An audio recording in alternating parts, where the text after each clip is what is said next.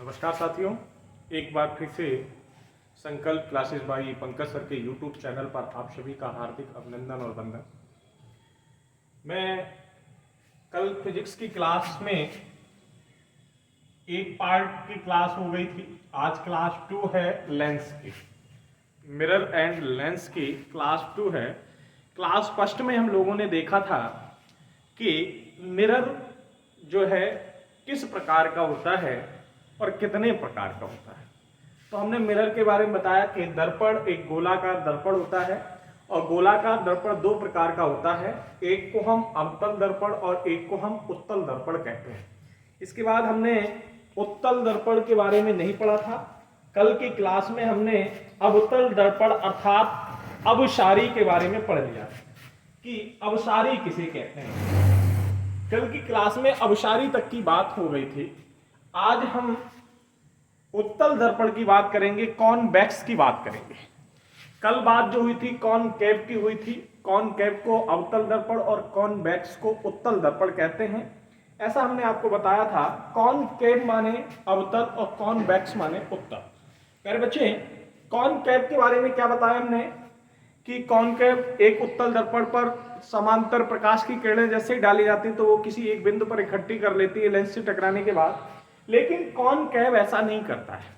Concave पर समांतर किरणें डाली जाती हैं और वह फैलाने लगता है, और वह फैलाने लगता है, इसीलिए उसे हम अवसारी कहते हैं।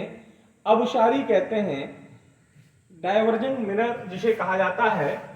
तो आज अगर आपको वहां से कोई प्रॉब्लम, किसी बच्चे ने खास कोई कमेंट्स नहीं किया है, तो मुझे लगता है कि हर किसी को पूरी तरह से समझ में आ गया होगा। आज हम बात करने जा रहे हैं अगले पॉइंट की, जिसका नाम है कॉनकेव। क्या नाम है बेटा? कॉनकेव अर्थात उत्तल। कॉनकेव मिरर अर्थात उत्तल दर्पण की, उत्तल दर्पण को हमने एक नाम दिया, इसे हम अपसारी कहते हैं। अपसारी दर्पण भी कहते हैं। और कॉनकेव को कॉन्वेक्स लिखना है प्यारे बच्चे, गलती थोड़ा सा सुधार लेना। कॉनकेव माने उत्तल होता है, अवतल होता है, कॉन्वेक्स माने उत्तल होता है। तो इसे अपसारी दर्पण कहते हैं। जो कल कॉन्वेक्स की बात की थी तो इस तरीके की आकृति बनाई थी, समांतर किरणें फिर की थी, ये पॉलिश हुई थी इस पे, और ये किरण पुंज इस पे पी ध्रुव था, एफ यहाँ पर फोकस था। इस तरीके से ये किरणें पड़ रही थी, इकट्ठी हो रही थी। इसे सेंटर कहा था, वक्ता त्रिज्या कहा था, इसे अपरिभाषित या इन्फिनिटी के नाम से दिया था।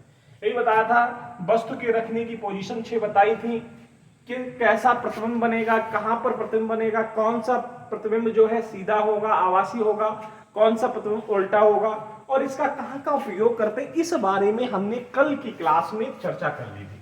जो बच्चों ने हमारा कल का क्लास नहीं देखा है तो वो आज की क्लास पर अपना इंटरनेट खत्म ना करें। इसलिए सबसे अच्छा प्रोसेस ये है कि वो अपने डाटा का प्रयोग करने के लिए पहले क्लास फर्स्ट देखें मिरर की, उसके बाद क्लास 2 देखें, तभी समझ में आएगा। आज हम बात करने जा रहे हैं उत्तल दर्पण की, अवसारी दर्पण की।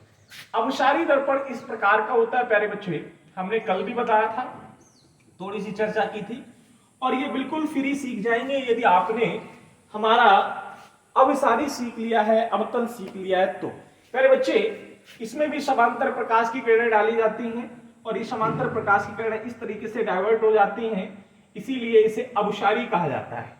सेम बात वही है, आप लिखना चाहें तो इसे पी ध्रुव कहते हैं। ये फोकस एफ होता है, ये वक्ता त्रिज्या सी होती है, और ये इंफिनिटी पर रखी वस्तु एक्स होती है। ये बिंदु इधर भी लिख सकते हैं आप, फोकस एफ, वक्ता त्रिज्या सी और वस्तु प्रतिबिंब एक्स।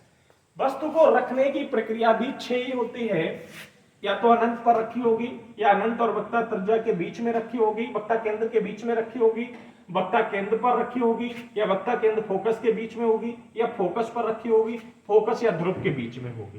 बेटा ये जैसे ही बनता है, इसकी सबसे बड़ी विशेषता यह है कि इसके सारे फिगर, इसके सारे प्रतिबिंब, इसकी सारी इमेज, ऑल इमेजेस जो हैं पोल और फोकस के बीच में ही बनती हैं। पोल और फोकस के बीच से बाहर इमेज नहीं बनती है, ये बात ध्यान रखना। 6 5 4 3 2 1। देखो भाई, अगर वस्तु अनंत पर रखी है तो फोकस पर प्रतिबिंब बनेगा, यदि अनंत और वक्ता केंद्र के बीच में रखी है तो फोकस और पोल के बीच में बनेगा। किस तरीके का बनेगा ये हमने आपके सामने एक आकृति प्रस्तुत कर दी, आप समझ सकते हैं। सारी आकृतियां, सारे बॉक्स ऊपर बने हुए हैं, तो प्रतिबिंब सभी सीधे बनेंगे। प्रतिबिंब सभी कैसे बनेंगे? प्रतिबिंब सभी सीधे बनेंगे। और मेरे बच्चे, जो चीज सीधी बनती है हमने कल बताया था, वो है हमेशा आवासी होती है। जो भी सीधी बनती है वह हमेशा कैसी होती है? वह हमेशा आवासी होती है। ठीक है, इसमें एक और विशेषता याद रखना कि इसके प्रतिबिंब में ना तो कोई भी प्रतिबिंब वस्तु के बराबर होगा और ना ही बड़ा बनेगा। ये याद रखना। मैं यहाँ पर नोट करके लिख दूं बेटा, यहाँ पर लिखे दे रहा हूं नोट करके, इंपॉर्टेंट लाइन है, याद रखना। उत्तल दर्पण में बना प्रतिबिंब, उत्तल दर्पण में बना प्रतिबिंब ना तो वस्तु से बड़ा होगा, ना तो वस्तु, उत्तल दर्पण में बना प्रतिबिंब ना तो वस्तु से बड़ा होगा और ना ही बराबर होगा, ना ही बराबर होगा। दूसरे पॉइंट पे भी लिख लेना, उत्तल दर्पण में बना प्रतिबिंब, उत्तल दर्पण में बना प्रतिबिंब सदैव सीधा व आवासीय होता है, सीधा व आवासीय होता है। ठीक है, वस्तु से छोटा भी होता है, ये भी लिख लेना। आवासीय छोटा होता है, सीधा व आवासीय एवं छोटा होता है, सीधा आवासीय व छोटा होता है। ये याद रखना, ना तो बराबर का होगा ना बड़ा हो सकता है, वस्तु से हमेशा छोटा बनेगा और प्यारे बच्चे आवासीय और सीधा बनेगा, कभी भी उल्टा प्रतिबिंब नहीं बनेगा। ये याद रखना। इतना लाइन आप अगर लिखना चाहे तो लिख ले, वरना जल्दी के कारण आप स्क्रीनशॉट ले लें, जल्दी के कारण आप स्क्रीनशॉट ले लें। प्यारे बच्चे, एक बच्चे का कल मुझे कमेंट्स मिला था, उस कमेंट्स में ये था कि कुछ सर वीडियो में कभी कभी देखने में प्रॉब्लम आती है या सर आप बहुत धीरे पढ़ा रहे हैं। तो प्यारे बच्चे, आपका YouTube इस तरीके से चल रहा होगा। आप एक लाइन काम करना, यहां पर 3 डॉट आ रही हैं, देखो अपने फोन में यहां पर 3 डॉट आ रही होंगी, इन 3 डॉट पे आप क्लिक करेंगे। वैसे ही यहां पर वीडियो प्लेलिस्ट वॉल्यूम भी आएगा, प्ले वॉल्यूम, और जो कैपेसिटी है उसके बारे में भी लिखा होगा। मैं बता दे रहा हूं क्या क्या आपको लिखा हुआ आएगा। 1 सेकंड का मुझे समय दीजिए, तब तक ये जो लोग कॉपी कर रहे हैं कॉपी कर लें, अर्थात जो स्क्रीनशॉट ले रहे हैं वो स्क्रीनशॉट ले लें। पहले बच्चे, वीडियो को शेयर जरूर करें अपने साथ। मैं दावा कर रहा हूं ऐसा आपको कहीं नहीं मिलेगा, ऐसे कंटेंट जो कंटेंट है, ऐसे कंटेंट आपको कहीं भी नहीं मिलेंगे, इसलिए आप बहुत ध्यान से पढ़ लें। ठीक है, जल्दी जल्दी बोलने की कोशिश करता हूं तो कभी कभी ऐसा हो जाता है, जीभ लग जाती है, इसलिए आप शब्दों की सही से सुनने की कोशिश करें। आप लोग बोले नहीं भाई, नोट करें बेटा। जो चीज समझ में नहीं आए वो आप हमसे 10 बार में पूछेंगे, मैं बताऊंगा। बेटा जैसे ही आप करेंगे वैसे ही आपको ऑप्शन मिलेगा रिपोर्ट, रिपोर्ट के बाद मिलेगी क्वालिटी। देखो क्वालिटी में आपके सामने ऑटो करके आ रहा होगा और यहाँ पर जो भी 144p लिखा होगा। जिन लोगों में वीडियो सही नहीं चल रहा उनका यहाँ पर 144p लिखा होगा। बेटा इसको 360p करके देखिए, आप इसको 360p करके देखिए। इसके बाद आपका अगला ऑप्शन होगा प्लेबैक स्पीड।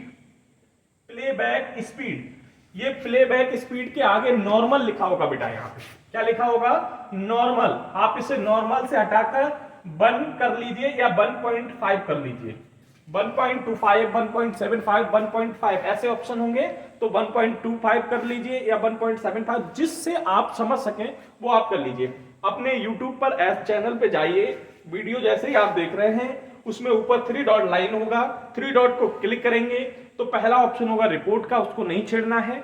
दूसरे ऑप्शन मिलेगा क्वालिटी, क्वालिटी पे ऑटो 144p लिख के आ रहा होगा, 144p को 360p कर लीजिए, बहुत बेहतर क्वालिटी में आपको देखने को मिलेगा। प्लेबैक स्पीड नॉर्मल लिखी होगी, इसको 1.2, 1.75, 1.5 किसी को भी करके देख लीजिए। बेटा 2 का भी ऑप्शन होता है, 2 में फिर आप नहीं समझ पाएंगे, मैं बहुत जल्दी जल्दी बोल रहा हूँ उसमें, तो इसलिए आप इनमें से किसी एक को चूज कर सकते हैं और आप अपनी वीडियो क्वालिटी को सही से देख सकते हैं। मैं दावा कर रहा हूं इस समय आपको सारे वीडियो बेहतर तरीके से प्रोवाइड कराए जा रहे हैं, कहीं पर किसी भी प्रकार का डाउट नहीं होगा। फिर भी हो रहा है तो आप मुझे बता सकते हैं।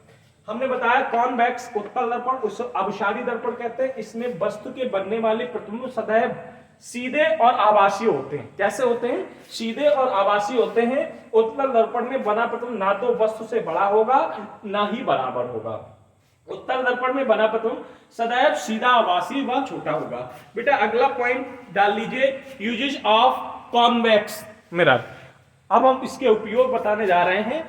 यूजेस ऑफ कॉन्वेक्स मिरर के उपयोग बताने जा रहे हैं। बेटा यदि उपयोग में कहीं पर समस्या आ रही हो तो आप हमसे पूछिए, ठीक है? उपयोग में कोई समस्या आ रही हो तो आप हमसे पूछिए, मैं बताने जा रहा हूं। देखो प्यारे बच्चे, कल हमने बताया था अवतल दर्पण के उपयोग, तो उसमें जहां प्रकाश इकट्ठा हो रहा था उसे हमने अवतल दर्पण के अंतर्गत रखा।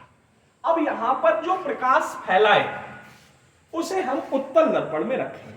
तो ज्यादा कुछ नहीं, या बड़ी चीजों को छोटा करके दिखाए, बड़ी चीजों को छोटा करके दिखाए, बहुत दूर तक दिखाए।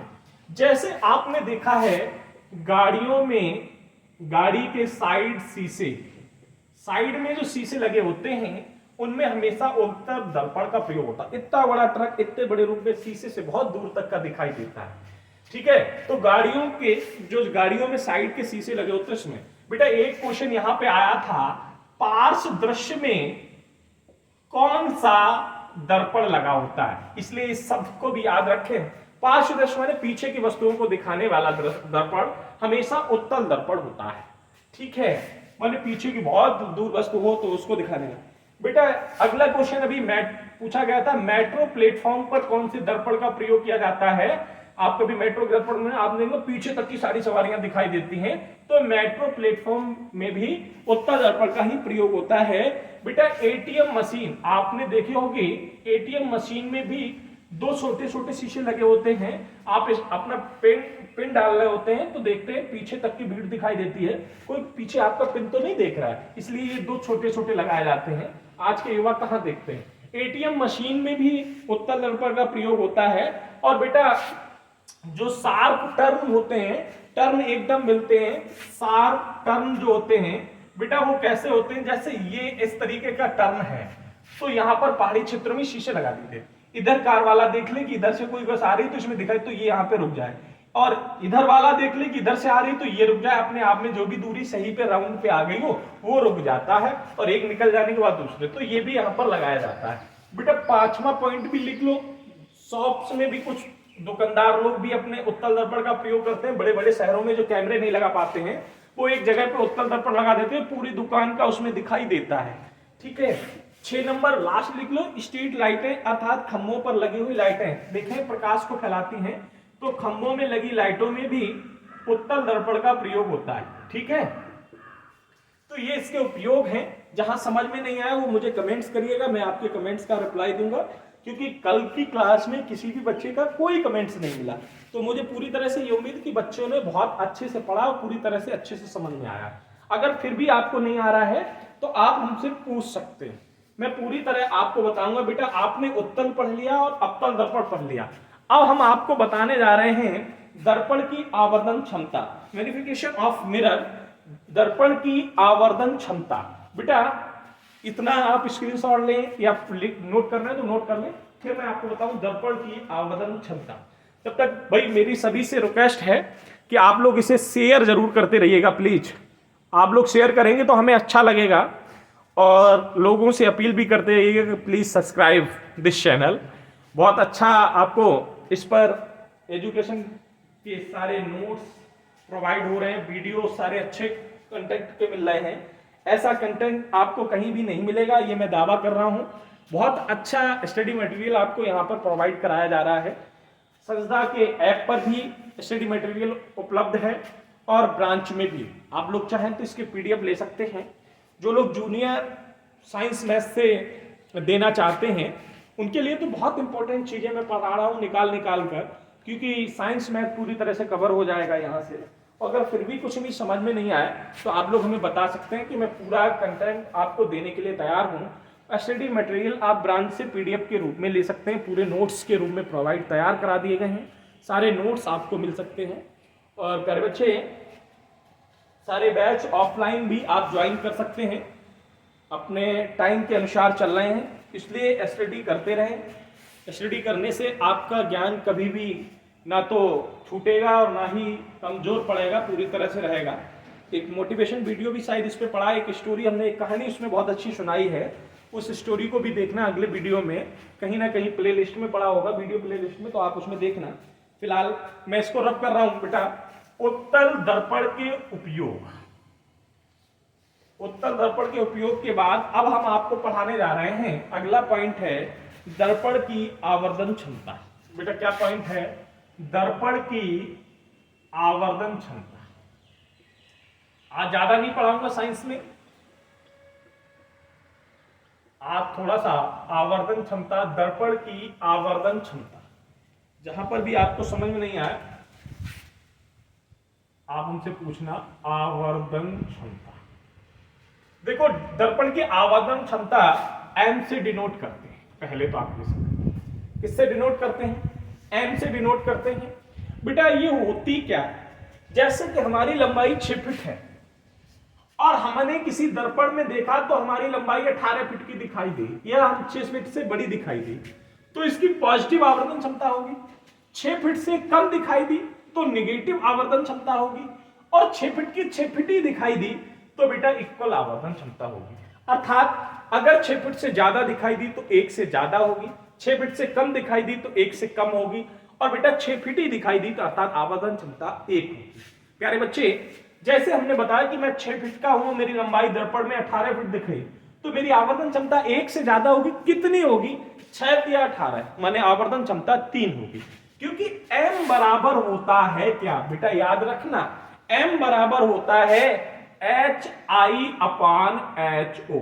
I का मतलब क्या है? HI क्या है? HO क्या है? तो हाईएस्ट ऑफ इमेज और ऑब्जेक्ट, हाईएस्ट ऑफ ऑब्जेक्ट। अर्थात मेरे कहने का मतलब यह हुआ कि प्रतिबिंब की ऊंचाई बटे प्रतिबिंब वस्तु की ऊंचाई। अर्थात मेरे कहने का सीधा सा मतलब यह है कि माना कि किसी दर्पण में प्रतिबिंब 18 मीटर ऊंचा है। यदि वस्तु की ऊंचाई 3 मीटर है तो आवर्धन क्षमता क्या होगी? तो m बराबर क्या होगा? 18/3, 3 6 18, अर्थात आवर्धन क्षमता उसकी 6 होगी। आवर्धन क्षमता उसकी क्या होगी? तो आवर्धन क्षमता उसकी 6 होगी। मेरी बात समझ में आ गई या नहीं आ गई? बेटा समझ में आ गई या नहीं आ गई? अब देखो ऐसे ही सारे जो भी आ जाए आप कर लेंगे ना, थोड़ा सा कॉपरेट करने की कोशिश करें आप लोग भी और समझने की कोशिश करें। आवर्धन क्षमता धनात्मक भी होती है, आवर्धन क्षमता ऋणात्मक भी होती है और बराबर भी होती है। तीनों चीजें वहां से बताई कैसे होती है। तो धनात्मक भी होती है और ऋणात्मक भी होती है। जिसकी धनात्मक आवर्धन क्षमता होगी उसका प्रतिबिंब हमेशा सीधा व आवासीय होगा। बेटा याद रखें, जिसकी आवर्धन क्षमता धनात्मक होगी उसका प्रतिबिंब हमेशा सीधे तथा आवासीय होगा। जिसकी आवर्धन क्षमता नकारात्मक होगी उसका प्रतिबिंब हमेशा उल्टा व वास्तविक होगा। उसका प्रतिबिंब हमेशा उल्टा व वास्तविक होगा। मेरी बात समझ गए? नोट करके 2 पॉइंट लिख लो। अगली क्लास में हम आपको देंगे दर्पण का सूत्र क्या होता है, उसके बारे में बताएंगे और क्या क्या नहीं होते हैं। नेक्स्ट क्लास में आपको लेंस से भी अवगत करा देंगे। उत्तल दर्पण की आवर्धन क्षमता नोट करके लिख लो बेटा। उत्तल दर्पण की आवर्धन क्षमता सदैव, उत्तल दर्पण की आवर्धन क्षमता सदैव 1 से कम होती है। 1 से कम होती है। क्यों होती है बेटा? उत्तल दर्पण का फिगर याद होगा। सारे प्रतिबिंब कैसे बनते हैं? सारे प्रतिबिंब कैसे बनते हैं? सीधे बनते हैं। सारे प्रतिबिंब कैसे बनते हैं? सीधे बनते हैं। ठीक है, अर्थात m इज लेस देन 1। आवर्धन क्षमता, उत्तल लेंस की आवर्धन क्षमता हमेशा 1 से कम होती है। ये याद रखना आप, उत्तल लेंस की आवर्धन क्षमता हमेशा 1 से कम होती है। परंतु अवतल दर्पण में ऐसा नहीं होता। अवतल दर्पण में एक से ज्यादा भी होगी, एक के बराबर भी होगी, और एक से बराबर भी होगी, बड़ी भी होगी। हाँ ठीक है, हमेशा उत्तल दर्पण की आवर्तन क्षमता एक से कम होती है। कोई बात अगर समझ में नहीं आ रही हो तो पूछ लेना भैया, आवर्तन क्षमता से इतने ही टाइप के आवर्तन क्षमता से क्वेश्चन आपसे जो भी बनेगा वो यहीं से बनेगा। फिर भी आपको समझ में नहीं आए तो पूछ लेना।